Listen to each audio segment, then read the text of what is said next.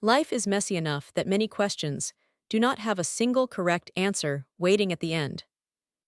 Someone else can give you an answer, and it may be true, but it is still their answer. It came from their situation, their constraints, their failed attempts, and their trade-offs. That is why a correct conclusion may still not fit you. What is missing is not more information. It is the process. What problems showed up, what choices existed, what was sacrificed, and why one path made sense at that moment. Without that process, knowledge becomes a sentence you can repeat, but not a judgment you can use. So Alcheme starts from discussion because discussion preserves the living context around an answer. It shows how an answer was tested, corrected, narrowed, and made usable. Not every messy message matters, but enough of the process has to survive, or the answer becomes someone else's conclusion, floating in the air and stripped of the life around it. The first reason is simple. Language is an abstraction of experience. That is its power. We take something messy, lived, and temporary, and turn it into a form other people can carry. But abstraction always leaves something out. A sentence is not the experience itself. It is more like a map. A map is useful because it leaves things out. If it tried to preserve every tree, every smell, every slope, every sound, and every hesitation, it would stop being a map and become a very inconvenient forest. The same thing happens to knowledge. Someone lives through a situation, then they describe it. Someone else summarizes the description.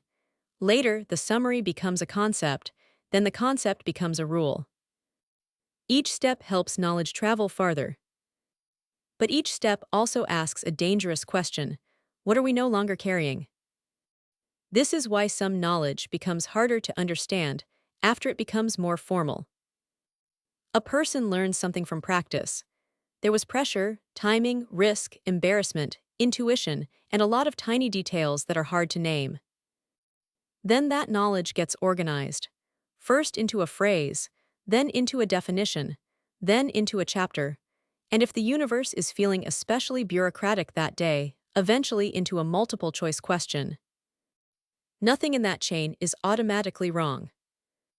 Structure matters, textbooks matter, clear concepts matter. A beginner does need something easier to hold than a pile of raw experience. But if the structure cuts away too much of the situation, the knowledge can become strangely lifeless. It looks more professional, but becomes less teachable. This is the part that keeps bothering me. Sometimes the final text has more polish, but fewer entry points. Quick pause here. If this is starting to sound abstract, good. That is actually the point. Take project management as an example. If you study it only as a discipline, you get frameworks, phases, responsibilities, risks, stakeholders. All very important words, and all impressively capable of sending a normal person into nap mode. But put it back into a real scene. A project is delayed. The engineer says quality cannot be squeezed any further. The marketing person says the customer needs to see something tomorrow. The founder says the budget cannot keep expanding.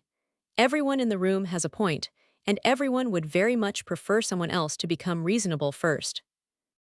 At that moment, the project manager is not reciting project management vocabulary. They are reading the situation, which risk has to be handled first, which conflict has to be named, and which imperfect choice they have to own right now.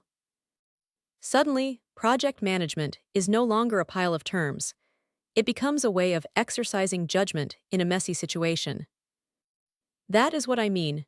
Stories and dialogues matter because they give us a shared scene of experience. Abstract concepts only become understandable when they still have a path back into experience. This is also why dialogue matters. Dialogue is not raw reality.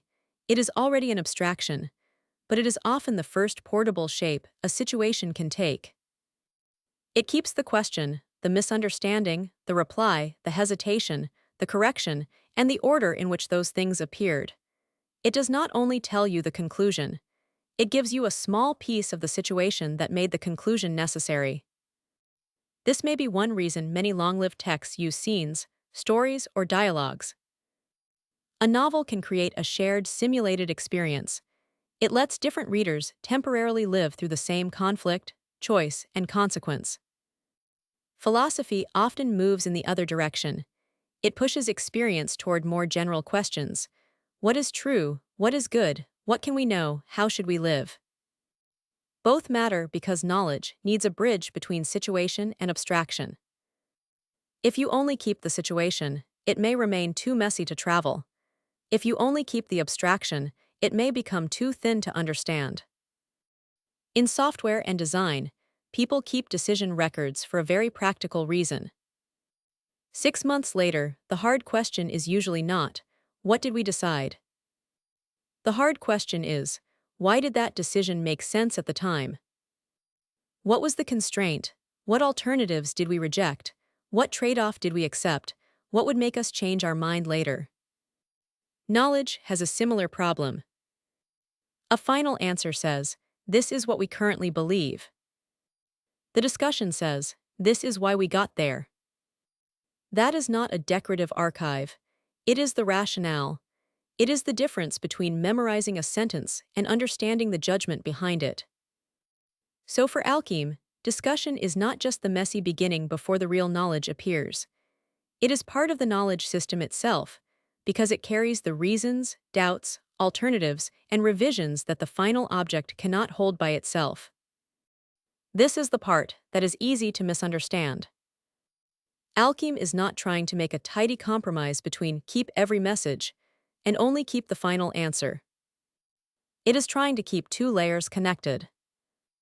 One layer is the process, the original discussion, the order of messages, the labels, the focus signals, the source fingerprints, and which messages were selected as material for a draft. The other layer is the answer, the draft, the version snapshot, the crystallized knowledge, the references, and the contribution record. The point is not to average them. The point is to keep the answer traceable through the process that produced it. That is why labels still matter. A message can be a fact, an explanation, an emotion, a question, a problem, a criterion, a proposal, or a summary. It can also be focused, contextual, or off-topic.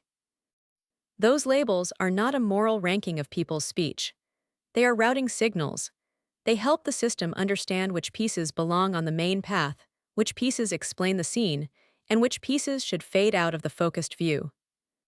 So the goal is not a Rorschach museum, and it is not a clean answer that forgets where it came from. The goal is a path. Discussion remains inspectable, the draft carries selected source evidence, and knowledge keeps a visible line back to the process that made it. AI makes this more urgent. Not because AI is useless. Quite the opposite. AI is very good at turning messy material into a clean answer. That is valuable. But once clean answers become cheap, the scarce thing is no longer a polished paragraph. The scarce thing is knowing what the paragraph compressed. What did it ignore? Which disagreement did it smooth over? Which source was weak? Whose input changed the result? Which uncertainty did the final tone politely hide?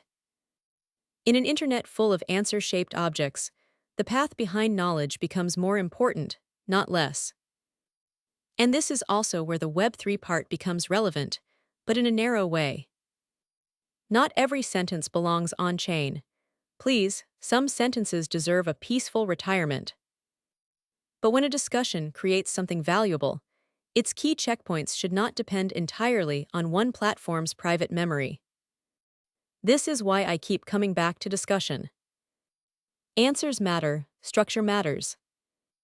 Raw conversation alone is not a knowledge system. It is a scroll-shaped punishment with better branding.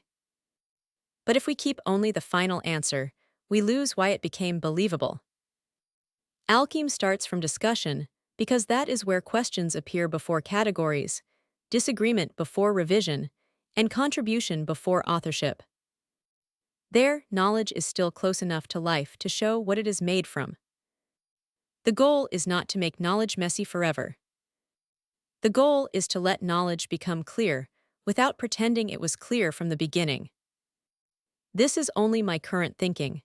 If I find a better version later, I will change my mind without treating this sentence as sacred. If this thought was useful, you can leave a like. Think of it as a tiny turning point, not a legally binding archive policy.